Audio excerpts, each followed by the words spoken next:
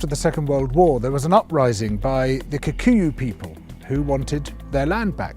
The Kikuyu were herded into concentration camps and fortified villages, almost the entire population of over 1 million people. People were systematically tortured to death. They invented a new kind of pliers whose purpose was first to crush men's testicles and then to cut them off.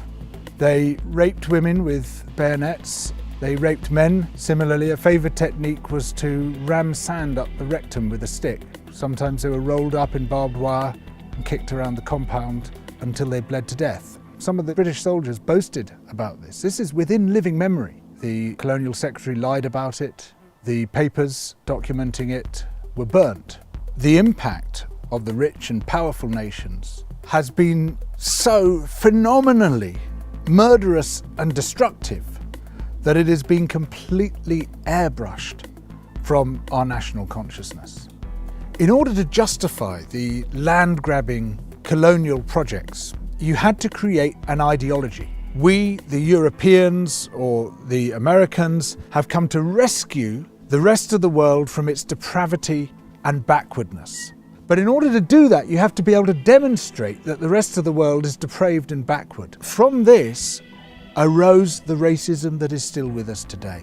It was a necessary component of the colonial project. Some people might claim, well, okay, we broke a few eggs to make this omelette. It's as if all those human beings were eggs. But look at the omelette, isn't it fantastic? Look, we made this fantastic omelette. Forget about all that unpleasant stuff and let's just celebrate where we are.